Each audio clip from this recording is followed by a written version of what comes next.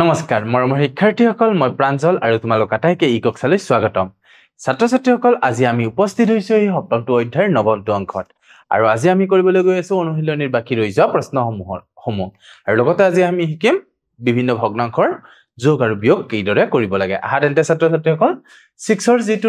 1 number দিয়া আছিল মানে বিৰ 1 নম্বৰ দিয়া আছিল তাত দিয়া আছিল কি ঊৰ্ধ্বক্ৰমত সজোৱা ঊৰ্ধ্বক্ৰমত সজাব লাগিলে আমি কি কৰিব লাগিব প্ৰথমতে হৰগিটা একে কৰিব লাগিব ইয়াতে প্ৰথমতে ভগ্নাংশগিটা লিখিলো 10 ভাগৰ 3 15 ভাগৰ 13 7 ভাগৰ 6 আৰু 5 ভাগৰ 4 ইয়াত আমি কি কৰিব লাগিব প্ৰতিটোৰে অৰ্থাৎ হৰগিটাৰ আমি লসাগু উলাব লাগিব অৰ্থাৎ 10 15 7 and 5 এটা যদি আমি 5 এৰে ডিভাইড কৰো 5 এৰে 5 দুগুণে 10 5 3 গুণ 15 হাতক টনা যে হাতে ৰাখা আৰু 5 গুণ 5 এটা এই আটা গিটা পূৰণ কৰি দিয়া 5 দুগুণ 10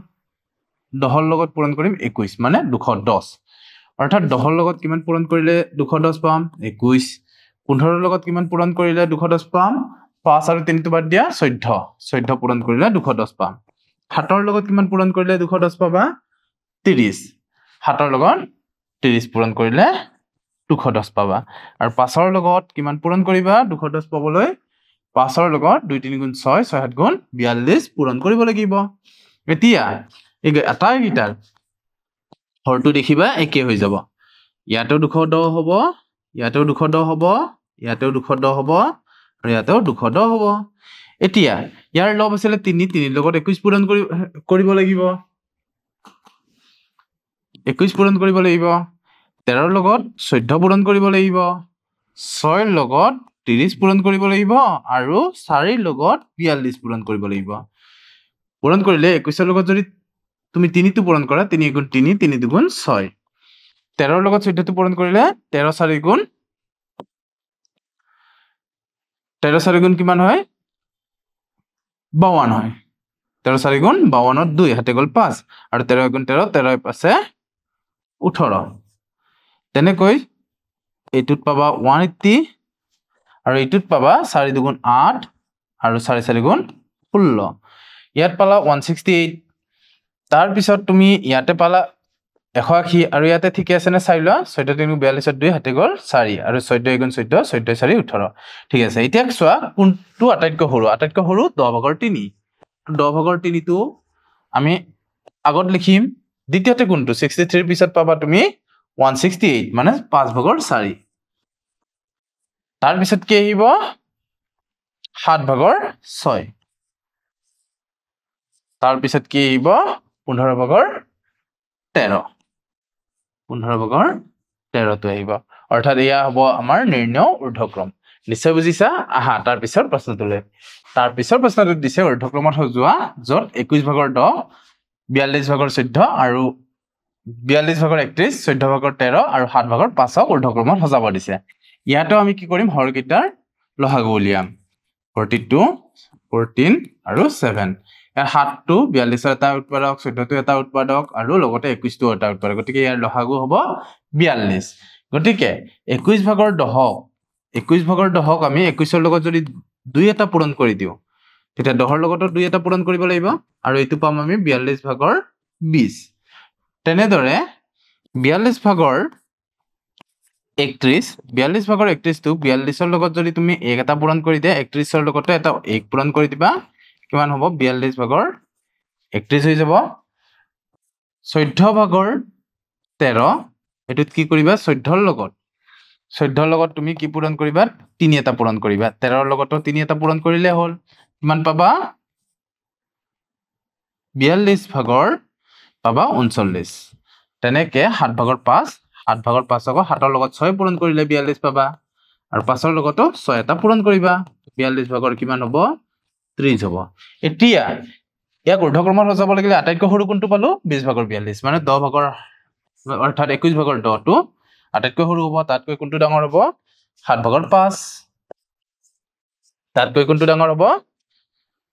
42 ভাগৰ 31 আৰু তাতকৈ কোনটো ডাঙৰ হ'ব 42 ভাগৰ 31 আৰু তাতকৈ ডাঙৰ হ'ব 14 ভাগৰ 13 নিশ্চয় বুজি পাইছা এটো হ'ব নিৰ্ণয় ঊৰ্ধ্বক্ৰম ইয়াৰ এবাৰ আমাক কৈছে যে দুখন স্কুলৰ পৰা হাই স্কুল শিক্ষান্ত পৰীক্ষাত অৰ্থাৎ মেট্ৰিক পৰীক্ষাত পৰীক্ষাৰ্থীৰ সংখ্যা আছিল 80 গৰাকী আৰু 90 গৰাকী এখন স্কুলৰ 80 আৰু এখন স্কুলৰ 90 গৰাকীয়ে পৰীক্ষা দিছিল প্ৰথমখনৰ 60 গৰাকীয়ে আৰু দ্বিতীয়খনৰ 72 গৰাকীয়ে প্ৰথম বিভাগত উত্তীৰ্ণ হ'ল কোনখনৰ বেছি অংশ শিক্ষাৰ্থী প্ৰথম বিভাগত উত্তীৰ্ণ হৈছিল তো তাৰ বাবে আমি এখন এক্সট্ৰা স্লাইড লৈ লৈছো আৰু প্ৰথম স্কুলখনৰ ক্ষেত্ৰত 80 জনৰ ভিতৰত 60 প্ৰথমখনৰ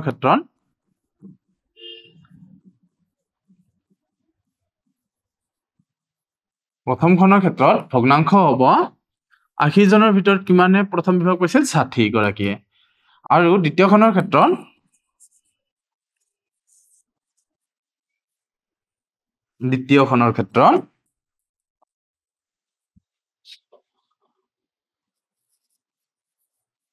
নৰ ক্ষেত্ৰত 90 গৰাকীৰ ভিতৰত 72 গৰাকীয়ে প্ৰথম বিভাগ পাইছিলে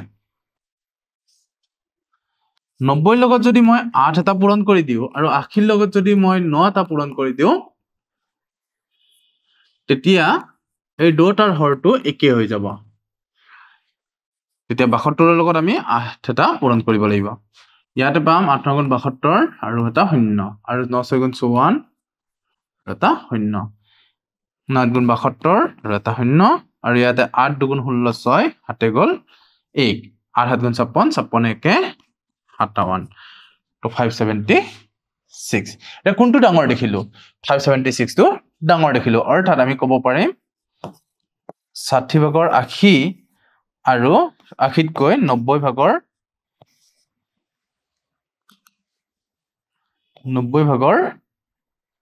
72 টো বেছি ডাঙৰ অৰ্থাৎ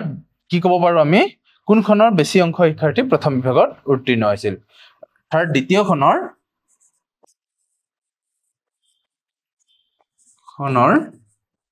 বেছি সংখ্যক অৰ্থাৎ বেছি সংখ্যক কৈছে ন কোনখনৰ বেছি অংশ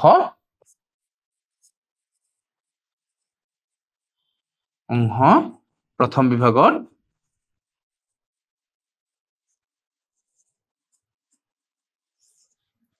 উত্তীৰ্ণ হৈছিল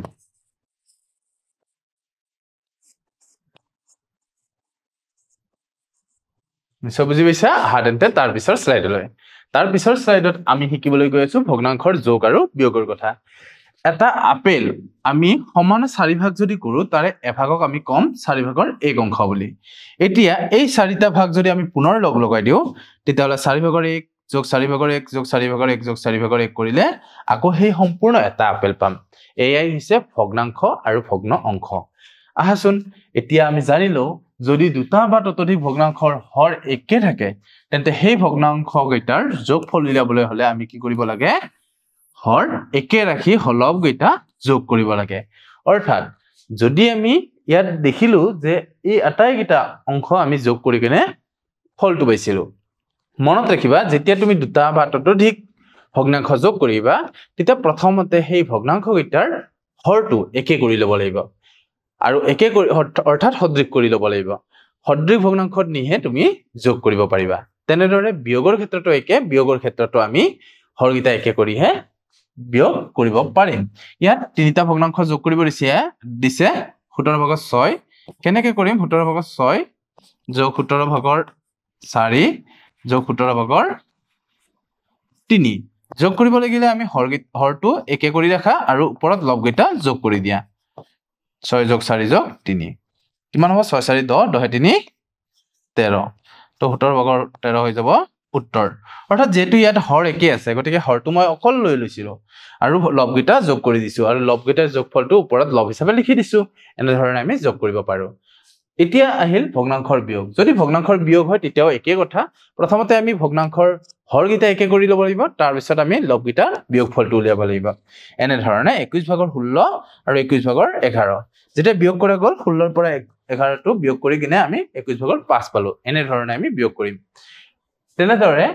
অসদৃশ ভগ্নাংশৰ ক্ষেত্ৰত ইয়াতো আছিল সদৃশ ভগ্নাংশ যদি অসদৃশ ভগ্নাংশ হয় তেতিয়া কি হ'ব হৰগিতা বেলেগ বেলেগ থাকিব কিন্তু তাৰ বাবে আমি কি কৰিব লাগিব হৰগিতা একে একে কৰি ল'ব লাগিব আৰু একে কৰি ললে অৰ্থাৎ অসদৃশৰ পৰা আমি সদৃশলৈ পৰিৱৰ্তন কৰিম তাৰ পিছত বিয়োগফলটো উলিয়াম আহাচোন অংকৰ সহায়ত ইয়াক আমি বেছি ভালদৰে শিকিম আহা আৰু যদি মিশ্ৰ ভগ্নাংশৰ হয় মিশ্ৰ ভগ্নাংশ হলে তেতিয়া হলে তোমালোকে প্ৰথমতে অপ্ৰকৃত ভগ্নাংশত আনিবা তাৰ পিছত চাবা যে ভগ্নাংশটো অপ্ৰকৃতত আনাৰ পিছত সদৃশ হৈ আছে না অসদৃশ হৈ আছে যদি অসদৃশ হৈ আছে যদি সদৃশ হৈ আছে তেতিয়া হলে তুমি বিয়োগ কৰি দিবা আৰু যদি সদৃশ হোৱা নাই বিসদৃশ হৈ আছে বা অসদৃশ হৈ আছে তেতিয়া হলে আকৌ তুমি সদৃশ ভগ্নাংশলৈ ৰূপান্তৰ কৰিব লাগিব এটা উদাহৰণ কিছুমান কৰো আচল 5/4 আৰু 7/1 যোগ কৰিব দিছে তো 5/4 যোগ 7/1 5 আৰু 7 দুটা পৰস্পৰ মৌলিক সংখ্যা মানে 5 ৰ লগত আমি 7 এটা পূৰণ কৰি দিম আৰু 7 ৰ লগত আমি 5 এটা পূৰণ কৰি দিম তেতিয়া 4 আছিল 4 ৰ লগতো আমি 7 পূৰণ কৰিব লাগিব 1 ৰ লগতো আমি কি কৰিব লাগিব 5 পূৰণ কৰিব লাগিব 7 5 গুণ ইয়াত হৈ যাব 35 আৰু 7 4 গুণে হ'ব 28 তেনেদৰে ইয়াতে হৈ যাব 35 আৰু 5 গুণে হৈ যাব 5 দুটাৰ সোৱা হৰ একে হৈ গল একে হলে আমি কি কৰিব পাৰিম যোগ কৰিব পাৰিম 28 আৰু 5 লবটো যোগ কৰি দিও 28 13 অৰ্থাৎ 33 35/33 হৈ গল ইয়াৰ নিৰ্ণয় উত্তৰ নিশ্চয় বুজি পাইছা আহাচোন তেনেহলে তাৰ পিছৰ প্ৰশ্নটো চাও তাৰ পিছৰ প্ৰশ্নটো দিছে 8/7 পৰা 6/1 বিয়োগ কৰা 8/7 পৰা বিয়োগ কৰিব দিছে 6/1 প্ৰথমতে ইয়াৰ হৰটো একে কৰি লোৱা 8 ৰ লগত যদি তুমি 3 পূৰণ কৰা আৰু 6 ৰ লগত যদি 4 পূৰণ কৰা তেতিয়া কি পাবা হৰটো একে হৈ যাব 7 ৰ লগত 3 পূৰণ কৰা 1 ৰ লগত 4 পূৰণ কৰা অৰ্থাৎ 8 আৰু 6 ৰ লসাগু হ'ব 24 গতিকে ইয়াত পাবা 24/21 আৰু ইয়াত পাবা 24/4 এতিয়া এটো যেহেতু হৰটো একে হৈ গল 21 ৰ পৰা আমি 4 বিয়োগ কৰিম 21 ৰ পৰা 4 বিয়োগ কৰিলে 17 পাম আৰু 24 পাম ইয়াতে 24 কিমান পালো আমি 17 পালো এটো হৈ গল নিৰ্ণয় উত্তৰ আমি এনেদৰে লিখিম 5/2 + 7 সমষ্টি 4/1 প্ৰথমতে আমি এটো অপ্ৰকৃত কৰিব লাগিব 5 × 15 দিয়ে 17 আৰু এইটো 7 4 গুণ 28 28 একে 29 এতিয়া 5 আৰু 4 যেহেতু পৰস্পৰ মৌলিক 5 ৰ লগত 4 এটা পূৰণ কৰিবা 17 ৰ লগতো 4 এটা পূৰণ কৰিবা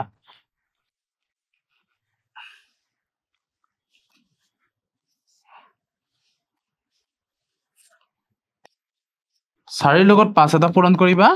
আৰু 29 ৰ লগত 5 এটা পূৰণ কৰিবা তেতিয়া ইয়াতে 20 হৈ যাব 68 আৰু ইয়াতে 20 হৈ যাব 5 9 গুণ 45 ৰ 5 5 9 গুণ 45 ৰ 5 7 গুণ 4 আৰু 5 গুণ 10 10 4 14 145 এতিয়া কি কৰিম আমি হৰটো একে কৰিম আৰু লবগিতা যোগ কৰি দিম 68 + 145 আৰু ইয়াৰ পৰা তুমি নিৰ্ণয় উত্তৰটো লব পাৰা 68 আৰু 145 5 যোগ কৰি দিয়া 28 কিমান হ'ব 13 13 3 হাতে গ'ল 1 28 13 13 3 হাতে গ'ল 1 6 4 10 10 1 11 হাতে গ'ল 1 1 1 2 213 তো 213/20 হ'ল আৰু এটো যদি তুমি হৰণ কৰা 20 1 গুণে 20 কিমান দেখিল 1 আৰু 13 আৰু 0 গুণ 0 অৰ্থাৎ 13 মানে 10 গুণ এটো তোমালোকে লিখিব পাৰা 10 সমষ্টি 20/13 বুলি লিখিব পাৰা ইয়াৰ উত্তৰটো তেনেহলে ছাত্ৰ ছাত্ৰীসকল আহা তাৰ পিছৰ অংকটো লৈ যাও তাৰ পিছৰ অংকটো দিছে 6/7 আৰু 7 সমষ্টি 6/5 আৰু 6 পৰা 4 সমষ্টি এটো প্ৰথমতে তুমি অপ্ৰকৃত লৈ যা 6 গুণ 42 42 এ পাছে 47 4 5 গুণ 20 দিয়ে 22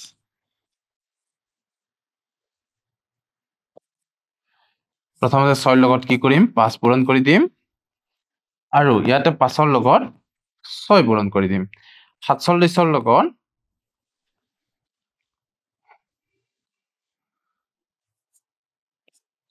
5 পূৰণ কৰিম আৰু 22 ৰ লগত 6 পূৰণ কৰিম এতিয়া 6 5 গুণ 30 হ'ব আৰু তাৰ পৰা 5 6 গুণ 30 হ'ব 30 হলে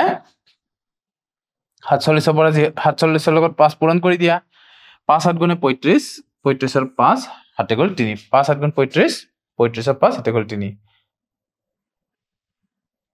আৰু 5 4 গুণ 20 20 3 23 আৰু ইয়াতে যদি পূৰণ কৰা 6 গুণ 12 12 2 হাতে গ'ল 1 আৰু 6 গুণ 12 12 1 13 এনেদৰে লিখিব পাৰো এতিয়া দুটাৰে যেহেতু হৰটো একে আছে গতিকে আমি 235 ৰ পৰা বিয়োগ কৰিলে হল 132 বিয়োগ কৰিলে আমি কিমান পাম 30 ভাগৰ 5 ৰ পৰা 2 গ'ল 3 3 পৰা 3 গ'লে থাকিব 0 আৰু 2 পৰা 1 গ'ল 1 এটা 30 ৰে যদি হৰণ কৰা 103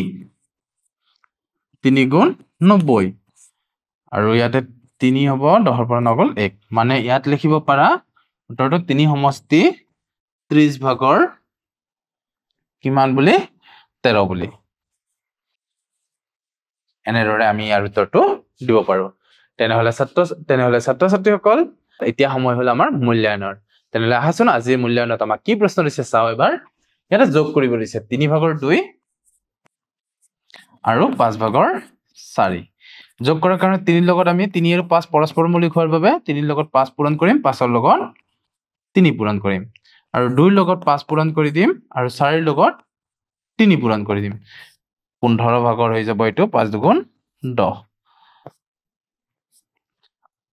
যোগ 5 3 15 15 ভাগৰ 12 আৰু ইয়াতে যোগ কৰিলে 15 ভাগৰ কিমান হ'ব 10 যোগ 12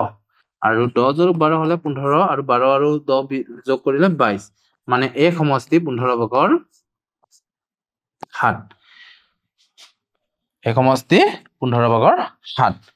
এতিয়া আহা তাৰ পিছৰ প্ৰশ্নলৈ তাৰ পিছৰ প্ৰশ্নটো দিছে বিয়োগ কৰা 3 ভাগৰ 2 ৰ পৰা বিয়োগ কৰিব লাগে আমি 9 ভাগৰ 4 ইয়াত 3 লগত যদি 3 এটা পূৰণ কৰা 9 পাবা 2 লগত 3 এটা পূৰণ কৰিব লাগিব আৰু 9 ৰ লগত 1 পূৰণ কৰি দিলা 4 লগত 1 পূৰণ কৰিবা এতিয়া 9 ভাগৰ কি হৈ যাব 3 দুগুণ 6 হৈ যাব আৰু ইয়াত 9 ভাগৰ কিমান হ'ব 4 হ'ব এতিয়া 9 ভাগৰ 6 ৰ পৰা 4 বিয়োগ কৰা 4 বিয়োগ কৰিলে 2 পাবা ইয়াত আৰু 9 ভাগৰ 2 হৈ যাব এয়া হৈ যাব ইয়াৰ নিৰ্ণয় উত্তৰ তেনেহলে ছাত্ৰ ছাত্ৰীসকল আজি ভিডিঅ'টিত আমি ইমানতে সামৰণি মাৰিছো অহাবাৰ পুনৰ এটি নতুন ভিডিঅ'তে পুনৰ লগ হ'ম তেতিয়ালৈ তোমালোক আটাইকে ধন্যবাদ